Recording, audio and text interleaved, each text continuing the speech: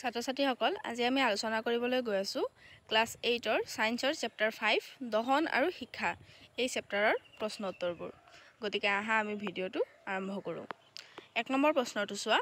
দহন সংঘটিত হ'বৰ বাবে আৱশ্যকীয় চৰ্তবোৰৰ তালিকা প্ৰস্তুত কৰা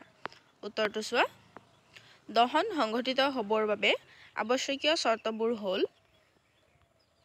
1 নম্বৰ দাহ্য পদাৰ্থ হ'ব লাগিব 2 নম্বৰ অক্সিজেনৰ উপস্থিতি থাকিব লাগিব 3 নম্বৰ জ্বলন বিন্দু পাব লাগিব 2 নম্বৰ চোৱা খালি ঠাই পূৰ কৰা এ নম্বৰ কাঠ আৰু কয়লাৰ দহনে বায়ুৰ প্ৰদূষণ ঘটায় বি নম্বৰ ঘৰত ব্যৱহাৰ কৰা এবিধ জুলীয়া ইন্ধন হ'ল কেৰাচিন চি নম্বৰ দহন আৰম্ভ হোৱাৰ আগতে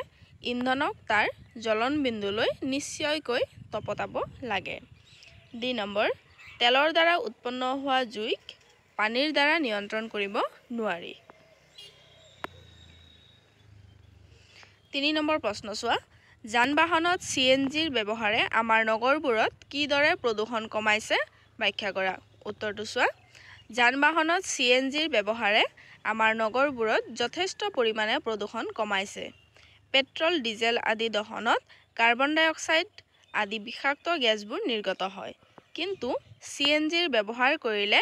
এনে গেছবোৰ একেবাৰে নগণ্য পৰিমাণে নিৰ্গত হয় যাৰ ফলত বায়ু প্ৰদূষণৰ মাত্ৰা কমি যায় সিএনজি এবিধ পৰিষ্কাৰ ইন্ধন 4 নম্বৰ প্ৰশ্ন ইন্ধন হিচাপে এলপিজি আৰু কাঠ তুলনা কৰা উত্তৰটো চোৱা এলপিজি কাঠ 1 নম্বৰ এলপিজি দহনত কোনো অৱশিষ্ট নৰয় 1 নম্বৰ কাঠৰ দহনত ছাই হিচাপে অৱশিষ্ট ৰৈ যায় 2 নম্বৰ এলপিজিৰ দহনত ধোঁৱা নিৰ্গত নহয় 2 নম্বৰ কাঠৰ দহনত ধোঁৱা নিৰ্গত হয় 3 নম্বৰ এলপিজিৰ জ্বলনাংক কম কাঠৰ জ্বলনাংক বেছি 4 নম্বৰ এলপিজি অতি সহজে জ্বলে 4 নম্বৰ কাঠ অতি সহজে নজ্বলে 5 নম্বৰ প্ৰশ্ন চোৱা কাৰণ দৰ্শোৱা এ নম্বৰ বৈদ্যুতিক আহিলা জড়িত জুইক নিয়ন্ত্ৰণ কৰিবলৈ পানী ব্যৱহাৰ কৰা নহয় উত্তৰটো চোৱা পানী বিদ্যুতৰ সুপৰিবাহী বৈদ্যুতিক আহিলা জড়িত জুইক নিয়ন্ত্ৰণ কৰিবলৈ পানী ব্যৱহাৰ কৰিলে পানীৰে বিদ্যুৎ চালিত হৈ জুই নমুৱাজনৰ ক্ষতি হ'ব পাৰে আনকি তেওঁৰ মৃত্যু হ'ব পাৰে হেয়ে বৈদ্যুতিক আহিলা জড়িত জুইক নিয়ন্ত্ৰণ কৰিবলৈ পানী ব্যৱহাৰ কৰা নহয় বি নম্বৰ প্ৰশ্ন ঘৰুৱা ব্যৱহাৰৰ বাবে কাঠতকৈ এলপিজি অধিক ভাল উত্তৰটো চোৱা কাঠৰ দহনত ধোঁৱা ছাই আদি নিৰ্গত হয় কিন্তু এলপিজিৰ দহনত ধোঁৱা ছাই আদি নিৰ্গত নহয় আকৌ এলপিজিৰ তুলনাত কাঠত তাপ শক্তি উৎপন্নৰ মাত্ৰাও কম এলপিজিৰ ব্যৱহাৰৰ ফলত বায়ু প্ৰদূষণো নহয় গতিকে ঘৰুৱা ব্যৱহাৰৰ বাবে কাঠতকৈ এলপিজি অধিক ভাল ইন্ধন 4 নম্বৰ প্ৰশ্ন কাগজ এখনত সহজে জুই লাগে আনহাতে এলুমিনিয়াম পাইপত মেৰুৱা কাগজত সহজে নালাগে উত্তৰটো চোৱা কাগজৰ জ্বলনাংক কম আনহাতে এলুমিনিয়ামৰ জ্বলনাংক বেছি হেয়ে কাগজ এখনত সহজে জুই লাগে আনহাতে এলুমিনিয়াম পাইপত মেৰুৱা কাগজত সহজে নালাগে 7 নম্বৰ প্ৰশ্ন দিছে ইন্ধনৰ কেলৰিমান প্ৰকাশ কৰা এককটোৰ নাম লিখা উত্তৰটো হ'ব কিলো জুল পাৰ কিলোগ্ৰাম 8 নম্বৰ প্ৰশ্ন কাৰ্বন ডাই অক্সাইডে কেনেকৈ জুই নিয়ন্ত্ৰণ কৰিব পাৰে ব্যাখ্যা কৰা উত্তৰটো চোৱা কাৰ্বন ডাই অক্সাইড এবিধ গধুৰ গেছ কাৰ্বন ডাই অক্সাইডে জুইক আৱৰি ধৰে আৰু অক্সিজেনৰ লগত সংস্পৰ্শত বাধা দিয়ে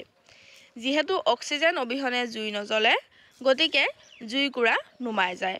এনেদৰে কাৰ্বন ডাই অক্সাইডে জুই নিয়ন্ত্ৰণ কৰে 9 নম্বৰ প্ৰশ্ন কেঁচা পাতৰ দম এটা পুৰিবলৈ টান কিন্তু শুকান পাতত সহজে জুই লাগে ব্যাখ্যা কৰা উত্তৰটো চোৱা শুকান পাতৰ জ্বলনাংক কম আনহাতে কেঁচা পাতৰ জ্বলনাংক বেছি হেয়ে কেঁচা পাতৰ দম এটা পুৰিবলৈ টান কিন্তু শুকান পাতত সহজে জুই লাগে 10 নম্বৰ প্ৰশ্ন সোণ আৰু ৰূপ গলাবলৈ সোণাৰী এজনে শিখাৰ কোনটো মণ্ডল ব্যৱহাৰ কৰে ব্যাখ্যা কৰা উত্তৰটো চোৱা সোণ আৰু ৰূপ গলাবলৈ সোণাৰী এজনে শিখাৰ বহিৰ্তম মণ্ডলটো ব্যৱহাৰ কৰে কাৰণ এই মণ্ডলৰ উষ্ণতা অধিক 11 নম্বৰ প্ৰশ্ন কোনো এটা পৰীক্ষাত ইন্ধন এটাৰ 4.5 কেজি পৰিমাণক সম্পূৰ্ণভাৱে পুৰা হ'ল উৎপন্ন হোৱা তাপৰ পৰিমাণ 180,000 কিলোজুল পোৱা গ'ল ইন্ধনটোৰ কেলৰি মান গণনা কৰা উত্তৰটো চোৱা দিয়া আছে ইন্ধনৰ ভৰ 4.5 কেজি উৎপন্ন হোৱা তাপৰ পৰিমাণ 180,000 কিলোজুল therefore ইন্ধনৰ কেলৰি মান হ'ব যেটো আমাৰ তাপ উৎপন্ন হৈছে সেই তাপক আমি ইন্ধনৰ ভৰেৰে ডিভাইড কৰিব লাগিব ডিভাইড কৰিলো 180,000 4.5 এৰে ডিভাইড কৰোতে আমি পালো 40,000 কিলোজুল পাৰ কেজি 12 নম্বৰ প্ৰশ্ন মামৰ ধৰা প্ৰক্ৰিয়াটোক দহন বুলি ক'ব পাৰিনে আলোচনা কৰা উত্তৰটো চোৱা মামৰ ধৰা প্ৰক্ৰিয়াটো এটা ৰাসায়নিক প্ৰক্ৰিয়া দহনত উৎপন্ন হোৱা তাপ শক্তি আৰু পোহৰৰ নিচিনা মামৰে ধৰা প্ৰক্ৰিয়াটোত তাপ শক্তি আৰু পোহৰৰ উৎপন্ন নহয় গতিকে মামৰ ধৰা প্ৰক্ৰিয়াটো দহন নহয় ই এটা ৰাসায়নিক বিক্ৰিয়া 13 নম্বৰ প্ৰশ্ন চোৱা আবিদা আৰু ৰমেশে এটা পৰীক্ষা কৰি আছে য'ত বিকাৰত পানী তপতাব লাগে আবিদাই মমবাতি শিখাৰ হালধীয়া অংশৰ ওচৰত বিকাৰটো ৰাখিলে ৰমেশে শিখাটোৰ বহিৰ্তম অংশত বিকাৰটো ৰাখিলে কাৰ পানীখিনি সোনকালে তপত হ'ব উত্তৰটো চোৱা যেহেতু মমবাতি শিখাৰ হালধীয়া অংশৰ তুলনাত বহিৰ্তম অংশত উষ্ণতা অধিক গতিকে ৰমেশৰ পানীখিনি সোনকালে তপত হ'ব তোমালোকৰ আৰু এটা প্ৰশ্ন আছিলে 6 নম্বৰ প্ৰশ্ন মমবাতি শিখা এটাৰ চিত্ৰ আঁকি চিহ্নিত কৰা এটো চাবা তোমালোকে কিতাপতে আছে কিতাপৰ পৰা এনেকে ধুনিয়াকৈ ছবি চিত্ৰটো আঁকি দিবা থ্যাংক ইউ যদি তোমালোকে ভিডিওটো ভাল পাইছা লাইক কৰিবা কমেন্ট কৰিবা আৰু সাবস্ক্ৰাইব কৰিবা